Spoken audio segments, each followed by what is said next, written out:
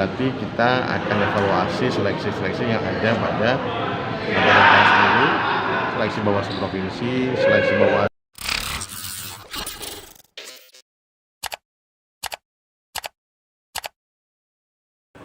Selanjutnya tentu atas nama Bawaslu Provinsi Selatan menyampaikan ucapan terima kasih penghargaan yang setinggi-tingginya atas penempatan kegiatan nasional Bawaslu Republik Indonesia di Kota Makassar atau Sulawesi Selatan.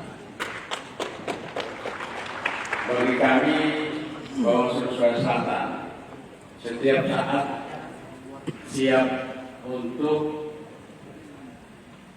memberikan pelayanan teman-teman sahabat Bawaslu seluruh Indonesia, baik dari segi sarana dan prasarana. Misalnya di Makassar ini ada sejumlah hotel yang bisa menampung dalam kapasitas ribuan. Yang berikut dari sisi transportasi, Makassar juga terserah mau berangkat jam berapa, untuk semua daerah provinsi se-Indonesia bisa memilih melalui Bandara Sultan Hasanuddin. Yang berikut, ini juga sekaligus promosi. Memang menjadi tugas setiap tuan rumah memperkenalkan daerahnya kepada semua tamu, termasuk kami di Sulawesi Selatan. Di sekitar hotel ini, kurang lebih 3 atau 4 kilo dari tempat ini banyak objek-objek wisata yang bisa sahabat-sahabat kunjungi, termasuk ada kuburan atau makam Syekh Yusuf yang terletak di sebelah timur di Kabupaten Goa, Sumber Minasa. Syekh Yusuf itu seorang ulama yang menurut catatan sejarah memiliki makam di beberapa tempat. Selain Makassar, ada di Banten, ada di Afrika Selatan. Tidak jauh dari sini.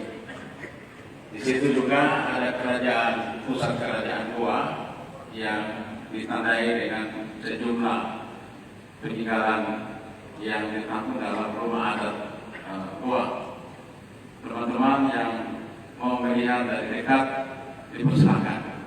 Di sana ada penjaga yang siap menerima setiap tamu. Di sebelah barat mau menikmati makanan khas Kota Makassar, termasuk pisang ebe dan menikmati sunset di Pantai Losari, silakan jalan-jalan sana selama tidak mengganggu agenda kegiatan kita. Ibu Bapak dan hadirin sekalian, hari ini dan 2 hari ke depan, Bawaslu RI melaksanakan evaluasi kegiatan SDMO dan Diklat 2022.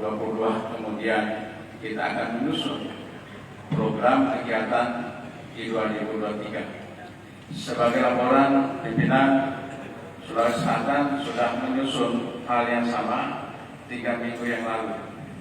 Cuma memang masih kami beri catatan, ini akan diberlakukan ketika RI sudah menetapkan kegiatan.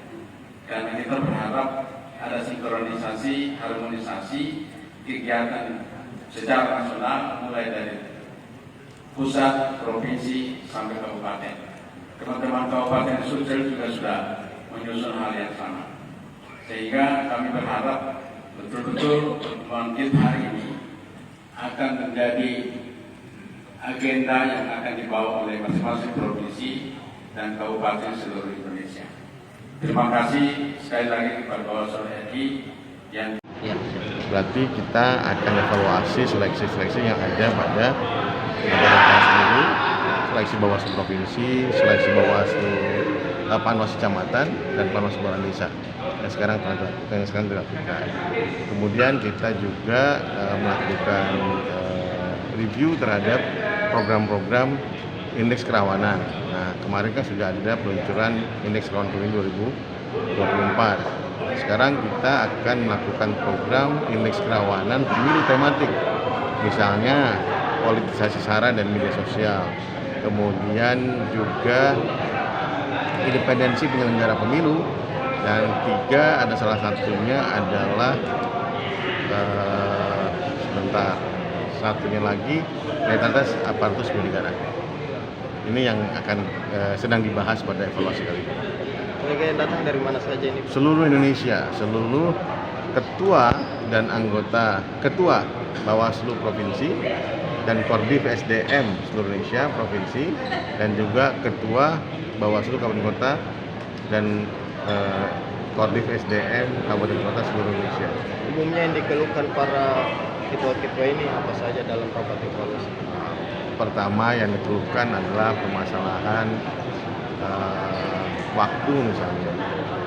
Kemudian ketika membludak itu jadi masalah, dan membludak maka waktu diperlukan akan lebih banyak lagi.